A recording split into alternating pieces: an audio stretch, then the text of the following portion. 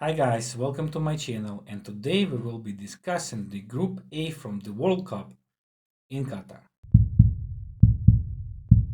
Uh, it's the first time which I remember that the major competition like this, UEFA or FIFA, is in the winter time, unless it's the Champions League.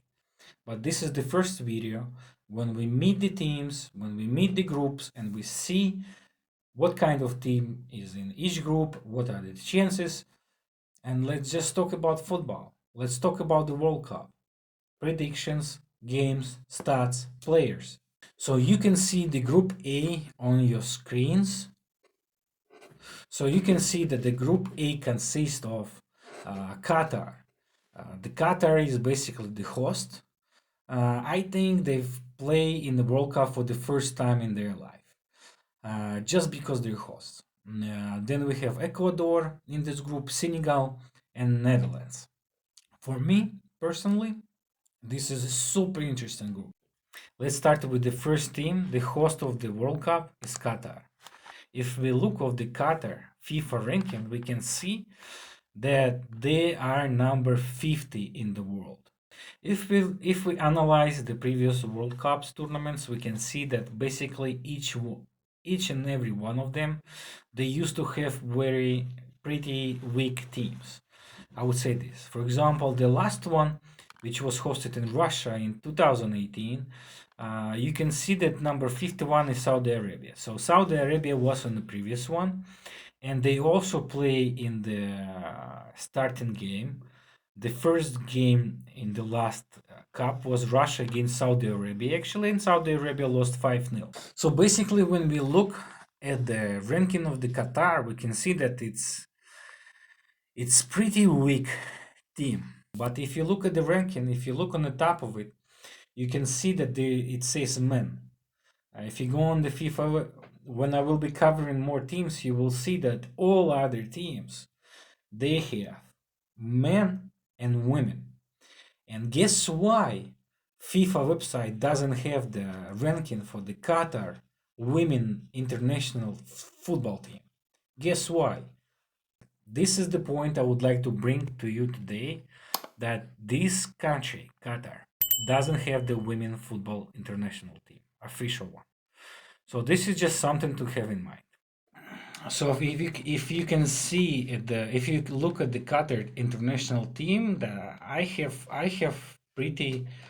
a lot of experience in watching football in the past, but I would say that I don't know anybody in there. Absolutely. So let's take a look at the transfer market most valuable players of this team. If we look at the history of Qatar's games until now, basically, we can see that they draw Chile, they lost Canada, they lost 0-3 to Croatia, and it wasn't even the main Croatian team. They drew Jamaica, they won Ghana. It says Ghana A. I'm not sure if it was like the main team of the Ghana. Then they drew Morocco, they drew with Lazio, they drew with Slovenia, and they won Bulgaria. So I would say that this is pretty much the average team, not very strong. And I still think that the only chance they have in the World Cup is their home crowd. Basically, all of the players that play for Qatar, they all play in Middle East. Player number one that I would like to highlight today, it's Akram Hassan Afif. So his current market value is 5 million. So we can see that he plays for Al Sadd. He is the right or left winger. So he is 25 years old. So this is one of the guys that I will be looking at this championship. And this is how he looks. Hassan Khalil Aihedos. He is also right or left winger. He is 30 years old, and his market value is about 1.5 million at this moment. His highest market value was 2.5 in 2019, and he also plays for the Al Sadd. And this is how he looks. This is how he looks, and he is number 10, basically. So we can see in the picture that he is captain. If we look back to the Qatar squad, we can see that it's him right here, and he's number 10, and he is the captain. And the last guy we would like to highlight today for the Qatar international team is Almoe Ali Zainul Abdullah. Ali Abdullah. Ali Abdullah, current market value is almost 3 million euros. You can see his progress on your screens. He also plays in the Middle East region for the club called Al Duhail, and he is the center forward. So I would say that they don't have really good defensive players. So I don't think that they will have any. I don't think they will experience any game in the tournament that they are not gonna concede goals. Let's move on to the next team in this group, and this is Ecuador. If we look at the ranking, you see there is men. You see there is men and there is women. So the Ecuador is the team number 44 in the world ranking by FIFA. Not that far from Qatar, but I would like to say that the the quality of the squad of Ecuador is much better, much better. This picture is from one of the games that happened this year. So basically, this squad is close to the ones that's gonna be in Qatar. And now let's look at their stats. So the Ecuador came from the qualification in Latin America, and let's look at their last games. Draw with the Japan, draw with the Saudi Arabia, won against Cape Verde, draw against Mexico, won against Nigeria, draw with Argentina, lost to Paraguay, drew with Peru, and draw with Brazil. So when we look at these stats, and further in this video, we're gonna go to the squad of the team, to the most valuable players. I would say that this is pretty solid team. This is pretty solid team with the good defense.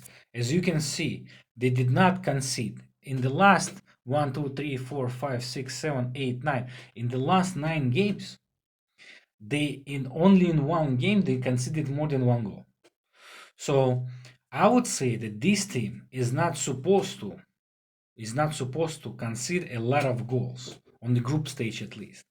I don't think they're supposed to concede more than one, maximum two goals per game this tournament. I think that Ecuadorian squad is pretty solid, but it still doesn't have the superstars. So player number 1, he is a defender and a left back. He's playing in England, and he went to Brighton from Villarreal. So this is Jose Estupinian. This is Jose Estupinian. He's 24 years old, and that's him. That's him on the left. This is him playing for Brighton and Hove Albion this year. So this is the player number 1 I would like to highlight. The player number 2 I would like to highlight. He is also the defender, the center back, left foot, and he plays in Bayern. He is from Bundesliga. His current market value is 22 million, and look at his growth. Look at his growth. No falling down. And his name is Piero Martin Hincapie. Incapie, I don't know.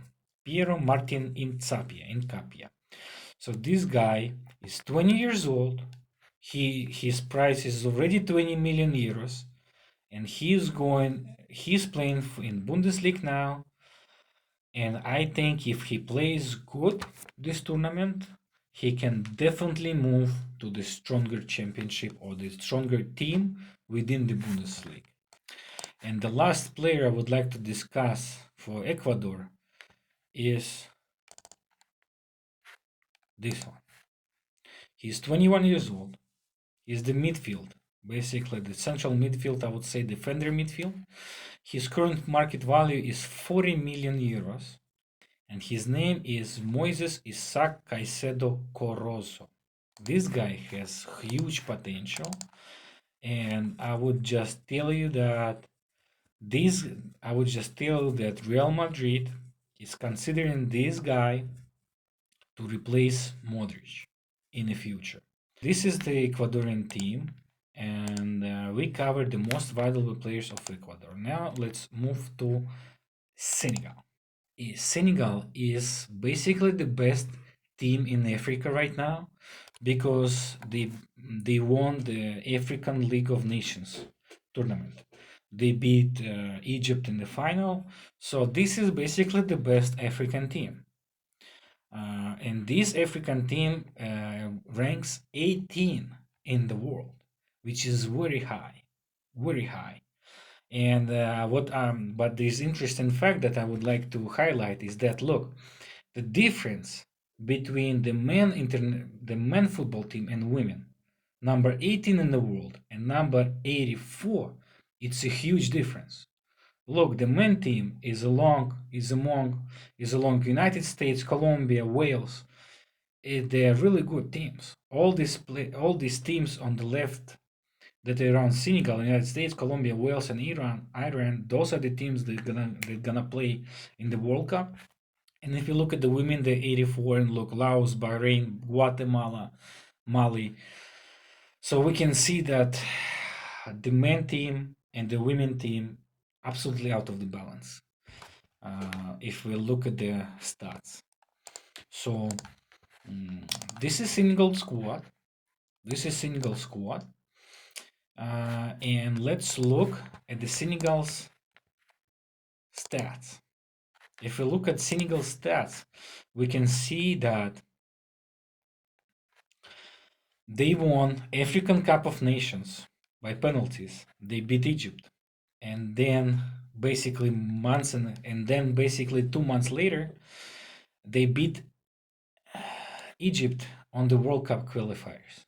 So again by penalties. And if we look at the last their games, we can see that they're not great at all. Look, they won Mozambique by penalties. They lost to Zambia. They won Eswatini. What kind of team is that? 10-9 by penalties. They won Rwanda 1-0. We can see that they do not score a lot of goals. So considering the group they're in this year in the World Cup, I do not think they're gonna score a lot of goals. But before we make any conclusions, let's jump into the squad.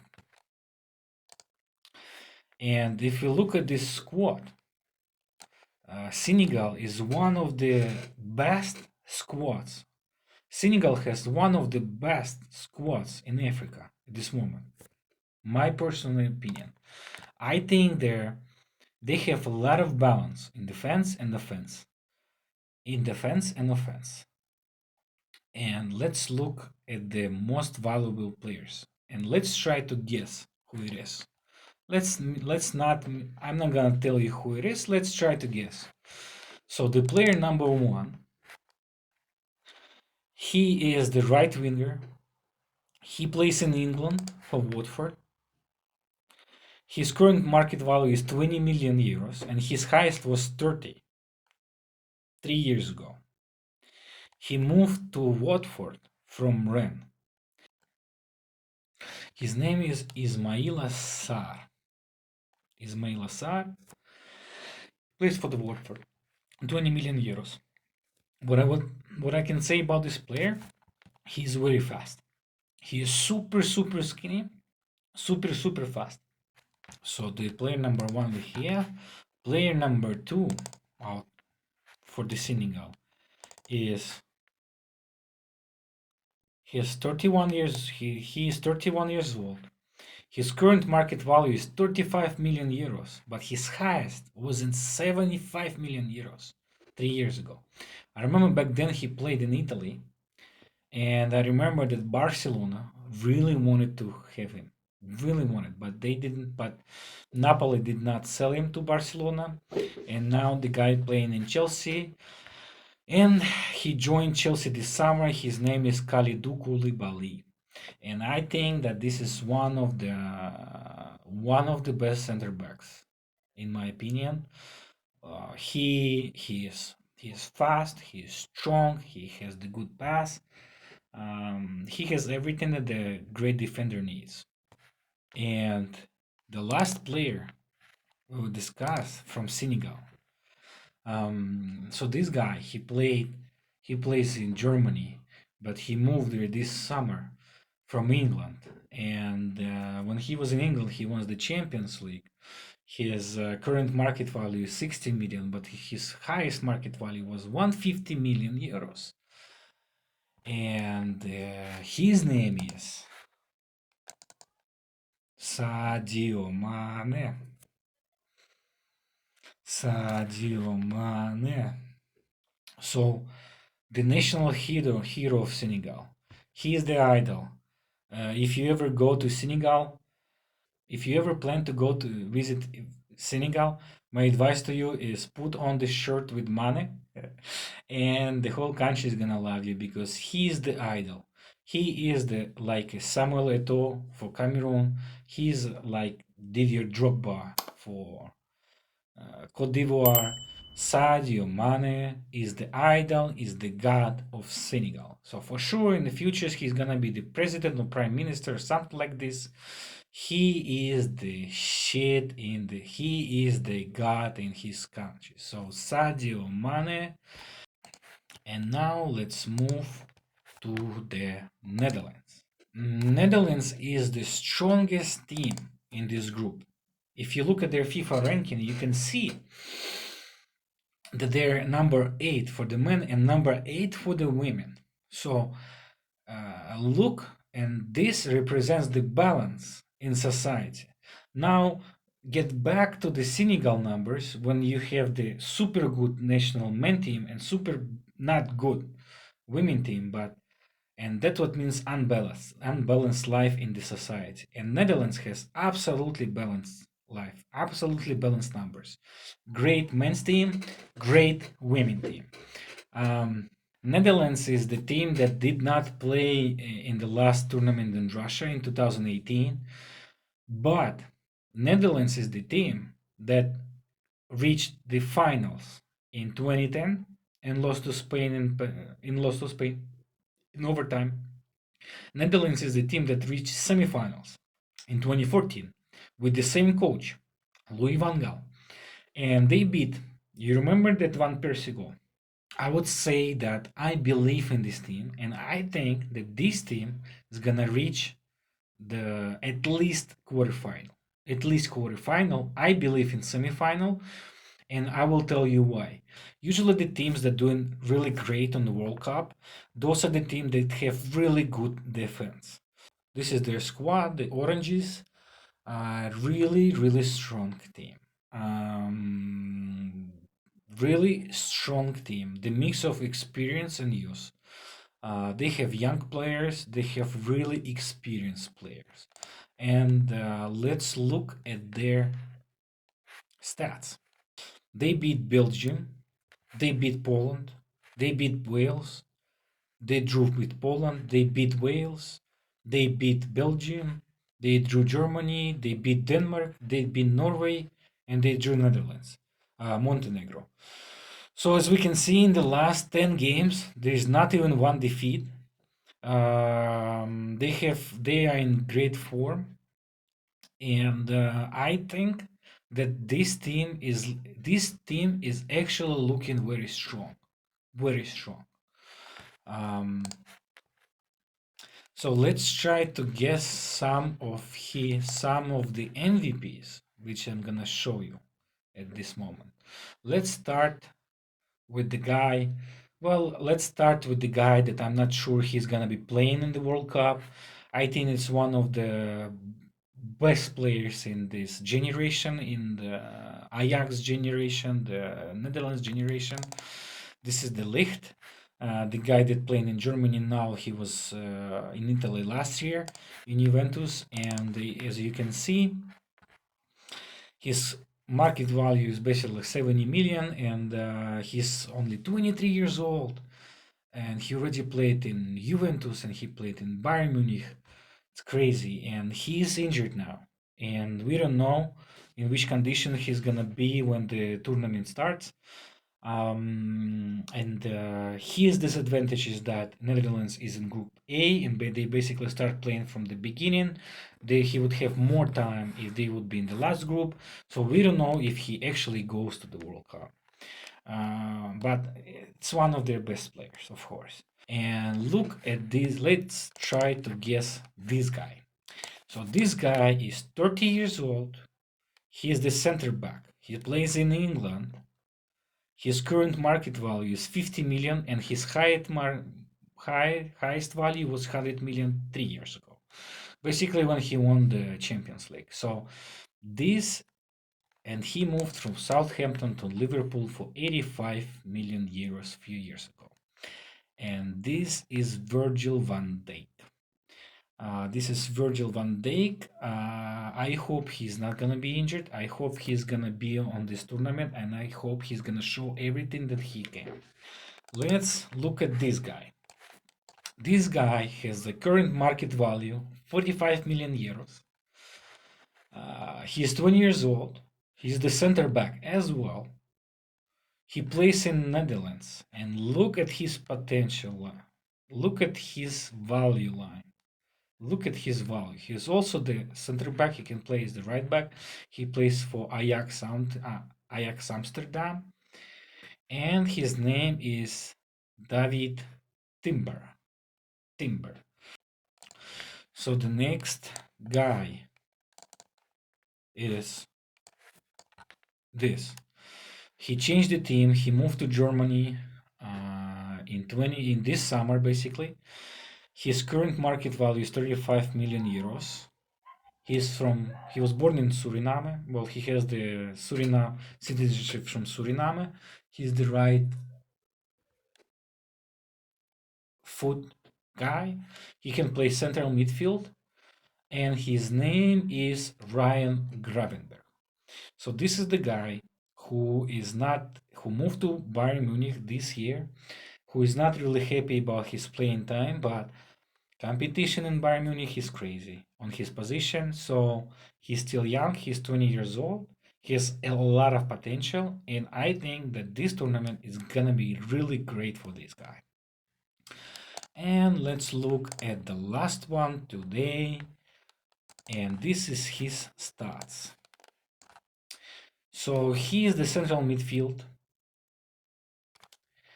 Few years ago, he moved to Spain, to Barcelona from Ajax. His current market value is 60 million. His highest was 90. Basically, for 90 million, almost he moved to Barcelona, and his name is Frankie de Jong. He has the best time of his life. He's not young anymore. He is not super young anymore. He has a lot of experience. He played in different countries. He got a lot of problems with the coaches, with the management, and I think he has enough experience now to show what he is about. So I feel that this Netherlands team is actually has super potential. Why? Because they have super experienced guys in the offense, in the defense. There's the Virgil, Matthijs de Ligt. Hopefully he will play. If not, they have Timber. They also have the other guys that I'm not gonna cover today, but we all know their names, and they also have super experience in the offense. They have Memphis Depay and another player. So I think that this team has super potential. Thank you for watching this video. I think it was really fun, and it's gonna be a lot of content during the World Cup, before the World Cup. It's gonna be different game discussion. It's gonna be different game predictions. It's gonna be different stats, and I wish you all the best. Please enjoy and play football.